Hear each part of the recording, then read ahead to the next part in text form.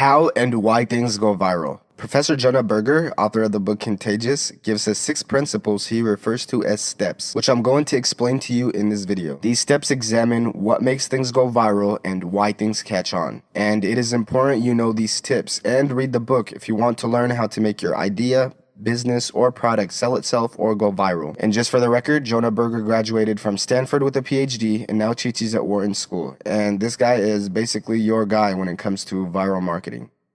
The first idea is social currency, and the idea behind social currency is that people share whatever makes them look or feel cool. In the book Contagious, Jonah gives us a story of a restaurant in Philly called Barclay Prime that serves a $100 cheesesteak. Now, your average cheesesteak is only about $5 to $10. However, Barclay Prime has been very successful at selling theirs for $100. And now I'm sure there's many reasons to why that is, but one of the main reasons is because of social currency, which says that people share whatever makes them feel or look cool. So whatever makes people look or feel cool, they are more likely to share it.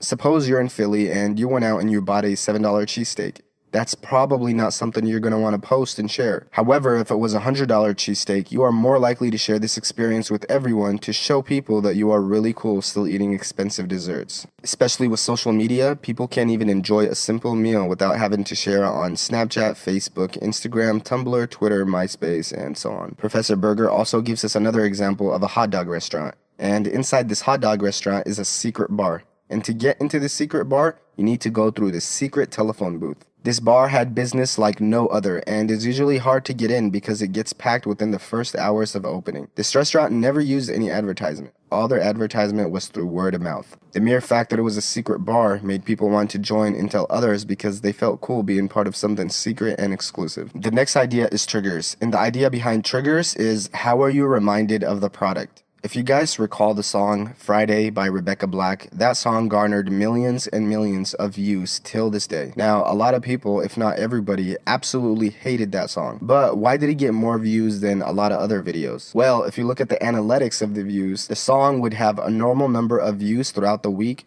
but one day out of the week, the views would skyrocket. What day do you think that is?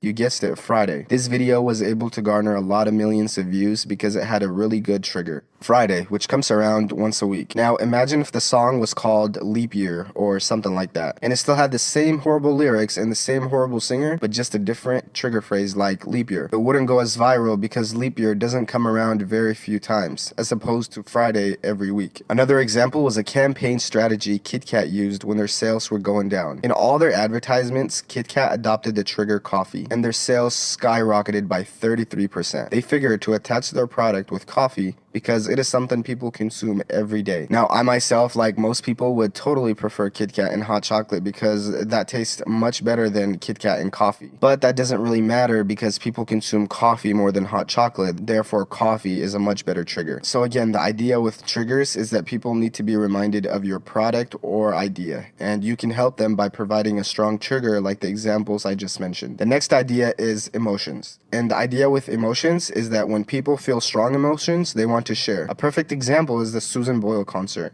How it got millions and millions of views because it made people awe and cry. Or sadly, the 2016 presidential debate, which was the top news for many days to come. The strong emotions felt towards Trump made people either share their opinion, whether they're against him or with him. And this is basically how the media plays with your mind and causes you a lot of stress and anxiety. So again, here the idea with emotions is that when people feel strong emotions, they want to share. And just for the record, study shows that the strong emotions that will allow people to share are only anger and awe, but not sad emotions. People do not want to share sad stuff. Moving on to the next point, which is public. The idea with public is that our decisions are affected by what everyone else is doing. A perfect example to illustrate this for you guys is the dilemma Apple had with their logo. Originally, the Apple logo was set to where if you are looking down on your laptop, the logo is facing you, to help those easily know what side of the laptop opens up. However, the Apple logo would be upside down to everyone else, so they had to make a decision if it was more important for the user or for the public image. They went ahead with the decision that the public image was way more important and flipped it so that people can see the logo when you are using the laptop at school, work, or at a cafe. Another example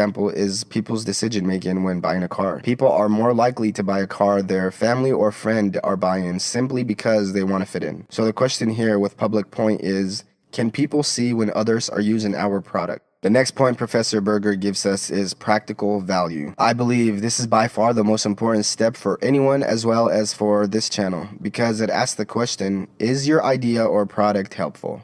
And the idea here is anytime you can actually help people and make their life better, they're going to want to share it and help their family and friends as well. For example, if you have a way to make things simple for people and you share it and it actually helps them, they will definitely want to share it with others. This is because they feel a sense of importance and they might even get the same feeling as the person who provided the help. If you realize the videos on YouTube that provide any type of help or assistance, such as my channel and many other channels on the web, gain a lot of growth not only in the short term, but also for many years to come, as long as the content is up. For example, a video about the 2016 presidential debate would do good in that year, but many years, it's not something that people are going to be searching. But keywords such as how to make things go viral or how to build a website will always have a need to search in the short term and in the long term. So again, the question to ask here is your product or idea helpful? And the last idea is stories. Stories ask the question, is your product relevant to a cool part of a story? People share stories. Most people don't talk about the nitty-gritty stuff such as specs and details. They would rather talk about stories. A bad example is those people who streak the field with something written on their chest hoping to promote their point. This is horrible because you can tell the story without having to mention what was written on their shirt.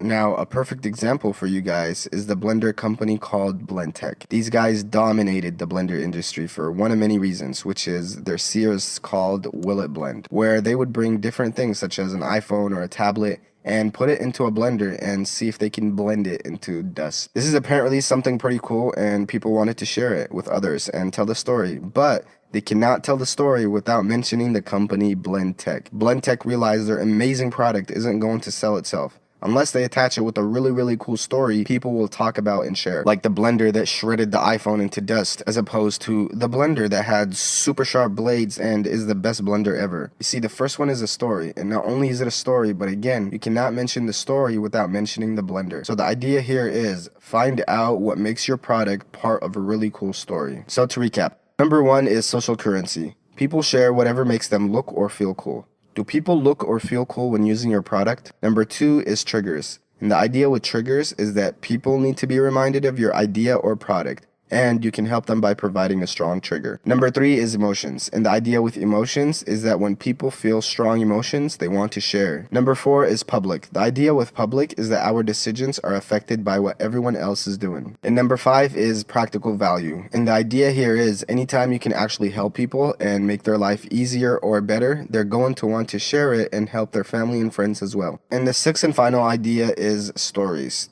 Stories ask the question, is your product a relevant part of a cool story? In conclusion, I just wanted to mention that you don't necessarily need to apply all these steps to make your content, idea, or product go viral. I mean, it can work with just a few, but the idea here is to understand what actually makes your specific niche go viral. Alright everyone, if you enjoyed or benefited from this video, please hit the like button and leave me your comment in the comment section. And if you want psychology videos that teach you the life skills you need, then make sure you subscribe and I'll see you next time.